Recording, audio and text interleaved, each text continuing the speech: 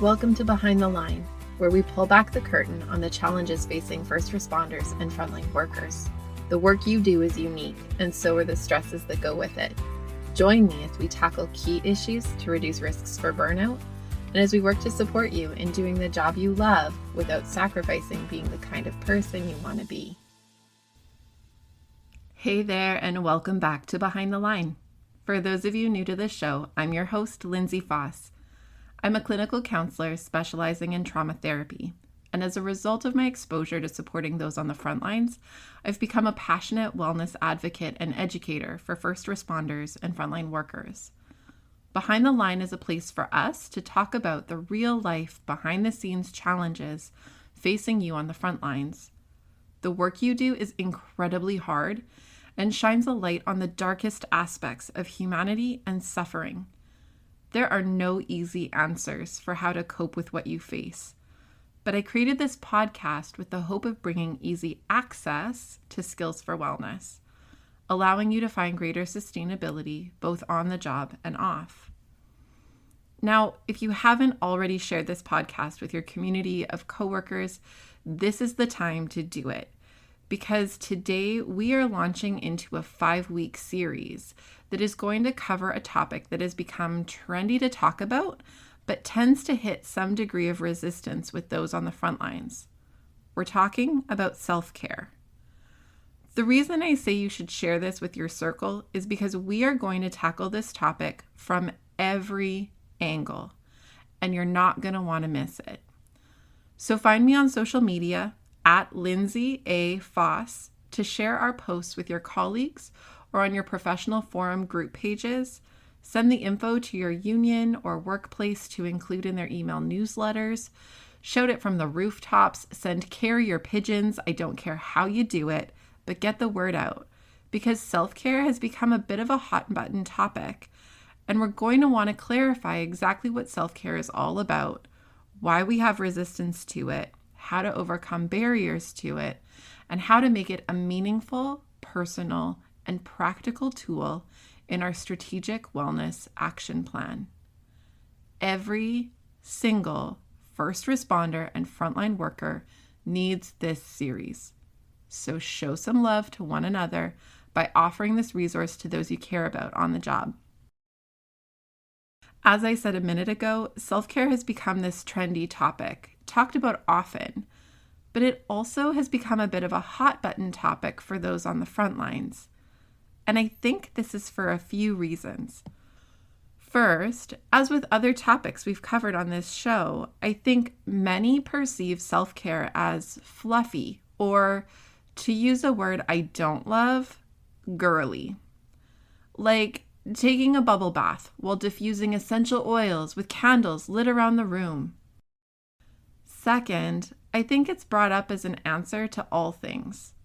It has become a bit of a platitude that you can just do some self-care and it will all be better. But when you've witnessed the worst of humanity, a bubble bath just isn't going to do the trick. Third, I think that we complicate it. When I talk with people about self-care and what they think it means, I hear about hour-long baths, going for a massage, going on vacation. These things are all great things, and they certainly can be self-caring, but they're not even remotely the whole shebang. When we complicate it, we make it one more thing I have to do, have to fit in, and then it almost negates whatever benefit I might gain from doing it. And it makes it less likely I'll ever make it happen at all because it's too hard to fit in. Maybe there are more reasons that we roll our eyes and discount the idea of self-care when it's suggested to us. If you have others, I would love to hear them so I can add them to my list of things to dispel. You can pop over to my Facebook or Instagram and leave me a message in the comments with your thoughts. As we start this series on self-care, I want to focus today on dispelling some of the myths about self-care and breaking down some of the barriers that I often hear in my office. By the end of this episode, I want you to have a strong sense of why self-care is for everyone, but even more so, why it is an absolute, non-negotiable, must-have need for those on the front lines. And at the end of this episode, I'm also going to tell you about something exciting I have coming up that will help you dive deeper into this non-negotiable must-have. So I hope you'll hang around to hear more about that. Okay, let's start off with the most obvious myth about self-care. Self-care is selfish. I have heard this one for forever, and I hate that it's still a belief floating around out there. Western culture, as well as other cultures, have strong messaging about humility, self-sacrifice, self-deprecation, and servitude as highly valued personal characteristics, most particularly for women. So when we talk about the idea of engaging in actions that focus on self, perhaps even dare to prioritize self, all the fears of being a bad person or being perceived as a bad person by others creep in. But part of the problem here is we misunderstand both what self-care is as well as what selfishness is. So to help me debunk this one, I've gone to my trusty dictionary. Thank you, Merriam-Webster. And here's the definition for selfish. Concerned excessively or exclusively with oneself, seeking or concentrating on one's own advantage, pleasure, or well-being without regard for others, arising from concern with one's own welfare or advantage in disregard of others. To summarize, behaving selfishly means to be excessively or exclusively concerned with self without regard for others. Do you hear how extreme that is? How far you would have to go in order to actually meet the criteria for this definition?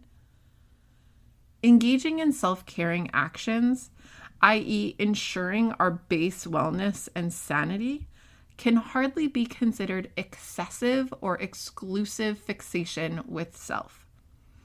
And I don't think anyone in a helping profession could ever be construed as doing much of anything with complete disregard for others.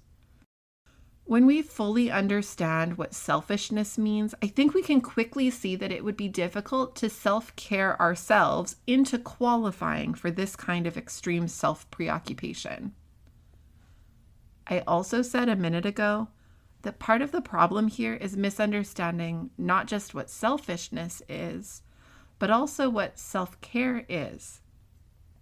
At the heart of it, self-care is not just care for yourself. It is care for others. Think of it like a bank account. In order to give generously from your bank account, you also have to have something coming in, or you'll very quickly be running into the red, and big problems happen there. In order to care well for others, we have to have a supply to offer from. And in order to maintain our supply of energy and care, we have to refill and replenish our stores on a semi-regular basis. When you engage in self-care, you actually grow your capacity to care for others and to care more effectively for them. Because you're not offering care while running on fumes and offering them the scraps of yourself that are left after all the other demands have been met. You're offering care from your own well self, which is a higher quality you. Some of you may have heard the airplane metaphor for self-care. It goes like this. When you're on a plane, they tell you that in the case of an emergency, air masks will drop down from the overhead compartment.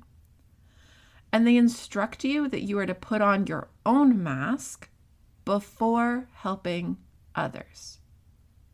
Why? Because you're not useful if you're unconscious or dead. You become a liability yourself, even in the effort to come to the aid of others. It might be good-hearted, but it's not helpful. We have to ensure our own wellness because it allows us to help others.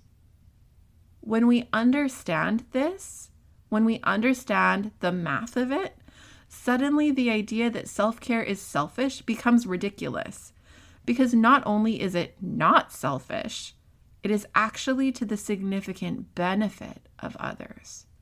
It's a gift we give ourselves, our loved ones, our communities, and the whole wide freaking world. Myth number 2.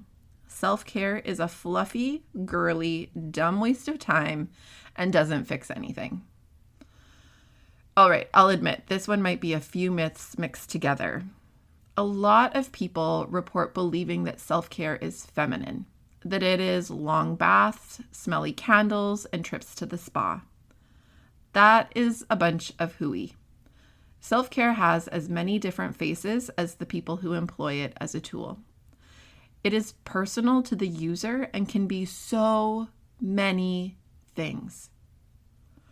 We are going to tackle this more in coming episodes in terms of what self-care can actually look like.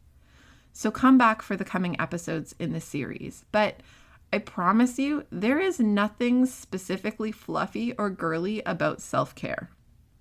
Functionally, self-care has a very specific intention: to act as a consistent reminder to your brain and body about your worth, value, and safety.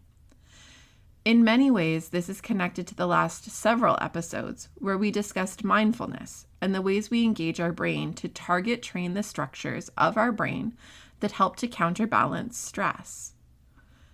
Self-caring actions and an integrated mentality of self-care as a fundamental aspect of our base operating system are significant contributors to building up the part of our brain that regulates stress.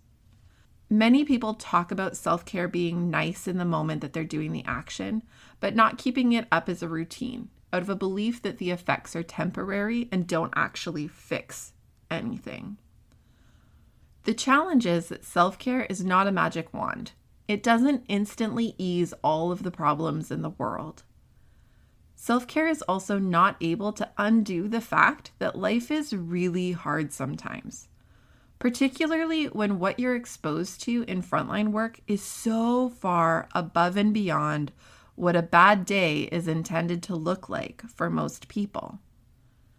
However, regular and consistent intentional actions of self-care create a cumulative effect, and research has confirmed this. When we operate in our everyday lives, looking for big and small ways to care for ourselves and replenish our stores, the accumulated effect actually changes how your brain looks and functions when stressed and when calm. Research has also shown that self-care improves measures of health and wellness, including lower morbidity, mortality, and subsequent healthcare costs. It's a bit like starting a weight loss program or something else to that effect. We put in work on the front end, and we tend to get tempted to cave when we don't see immediate results. But it's the consistent effort over time that leads to outcomes. We just have to hang in. And when we do, the benefits are more than just our gene size. Engaging in self-care may not be a magic cure-all pill, but nothing in life is. It is, however, a really effective way of investing in your wellness long-term for your benefit and for those who care about you. Myth number 3, self-care is just a bunch of random activities that make you feel good. To this one, I say, well, kinda. Yeah, self-care is a bunch of actions, big and small. And as I mentioned before, we'll be talking about the specific ways we can do self-care in coming episodes. And I promise we'll be giving you handouts with as many ideas as possible to help you brainstorm and find what works for you. But self-care isn't really about the actions. It's about the heart behind them. Let me give you an example. I'm a shower person. I have an absolute hatred for baths, and I cannot handle the idea of sitting in my own filth with water that is progressively getting colder, with nothing to do but attempt to read a book without getting it wet. I don't get it. I don't get people who like it. But there are two versions of showers in my life, and they would look identical to an observer, which would be weird and creepy that this were observed. But nonetheless, one version is functional. Shampoo hair, wash face, wash body, conditioner, rinse, done. The other looks the same, but the intention involved is different. Shampoo hair and notice the smell of coconut. Do the hair massage thing my hairdresser does when she shampoos before a haircut.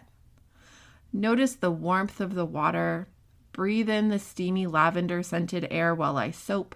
Stretch my neck a bit while rinsing conditioner.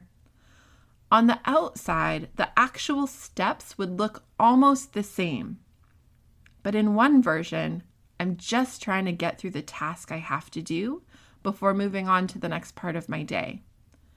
In the other version, I'm allowing myself to use this functional time as a way to take time for myself, prioritize things I like, and connect with them. Like the coconut smell of my shampoo, which I deliberately choose because it makes me think of pina coladas in a hammock on a beach somewhere warm. Think of self-care less like random actions that feel good and more like an exercise in intention. The best thing I can compare it to is parenting. When you parent from an intentional place, you work at being thoughtful about ways to show intentional care to and for your child. My kids love to ask me for foot massages or one more chapter of a book or cuddles on the couch, and those are all the ways I show care to them. They also need me to book doctor's appointments, dentist visits, and make them healthful meals, because these are parts of how they stay well and no one else is going to do them on their behalf. When we are doing self-care, we're offering a similar type of care to ourselves as good parents would offer to their children. We're being thoughtful of ourselves, mindful of our needs, attentive to our wishes, and willing to engage with these things, knowing that it doesn't make us spoiled and selfish. It makes us strong and capable to extend ourselves out to others. Last but not least, myth number 4. Self-care is complicated, time-consuming, financially demanding, or can only be done alone. Okay, again, this might be a few myths rolled into one, but I would classify these as the practical arguments against self-care. When we start talking over the next few weeks about the various types of self-care and we brainstorm what this can look like, I can guarantee you will quickly see that these arguments fall apart. In the meantime, consider my shower example. Everyday tasks can be considered self-care when we engage them from a heart of caring for and valuing ourselves, which means the things you do all the time can be converted into your self-care regime. While some self-care actions can be more complicated, time-consuming, expensive, etc., this is not a requirement. Over the coming weeks, we're going to talk about building a comprehensive self-care plan. And in its most ideal form, it would include actions that are really diverse. Some that can be done if I have tons of energy, and others that can be options if I have very little energy. Some that can be done over the course of hours or a weekend, others that fit in 5 minutes or less. Some that cost more, and some that cost less or nothing. Some that are best done alone, others that can include my family or friends, and so on. Don't let the practical concerns get in the way of trying to incorporate self-care into your daily life. I promise it gives more than it takes. And if you get a bit creative and scrappy, you can find a bit of self-care almost anywhere. As I said near the start, there may be more myths that I've missed. If you come up with some, let me know so I can tackle them another time. but I hope that this has covered the heavy hitters. I'm curious if any of these hit home for you. And if so, I hope you'll mull what you've heard today and maybe challenge some of these preconceived notions about self-care that have perhaps limited you from really glomming onto this idea and that this could be helpful. There has yet to be any research I'm aware of that suggests negative impacts of self-care. So at the end of the day, it can really only stand to benefit you and those in your life, and there really isn't a downside. Now, the next challenge is, what do you do to do self-care? Well, join me next week and we will start to tackle that question, because at the end of this series, I want you to have a ton of ideas to work with that range in time, energy commitment, expense, and so on, so that there are no excuses. Before we wrap up for today, I want to lay out a bit of a roadmap for where we're going from here in this series on self-care, as well as share an announcement about something I've come up with for those who are keen to really work at implementing self-care strategies in a meaningful way. Let's start with the podcast series roadmap. Today's episode has been all about debunking the myths about self-care and making a case for why we should care about self-care. Next week's episode, episode 11, we'll be talking about making self-care strategic, where we'll break down ways to implement self-care in the most meaningful ways possible.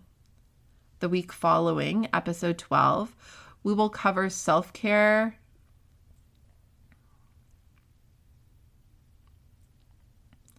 The week following, episode 12, we will cover making self-care personal, where we'll talk about the ways self-care varies from person to person and how to get your inner scientist to help you out in an experimentation process to figure out what self-care looks like for you.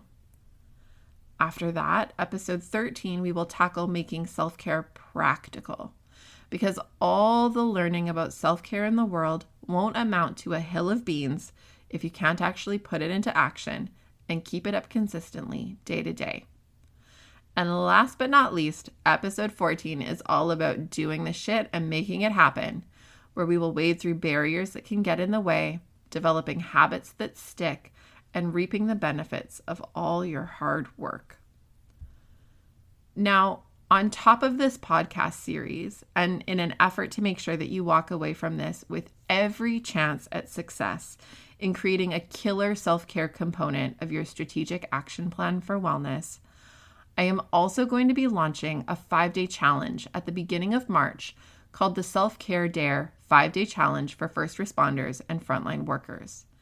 And I hope you'll consider taking the dare and joining us. It's $5 to enroll for the challenge, where you'll get access to daily videos from me focused on developing and honing your self-care skills in 5 key domains. You will also have access to a private Facebook group to connect with one another and with me to help navigate stumbling blocks and celebrate successes. There will be bonus resources and some prizes to help motivate you toward your goal, and I can hardly wait. If you would like to join the challenge, you can register anytime before March 2nd, when the challenge will kick off.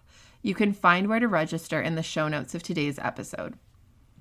If you're listening to this show on one of the platforms that doesn't carry the show notes, click from the platform that you're on to the podcast website, which is almost always at the top of the page, and you can find the show notes there.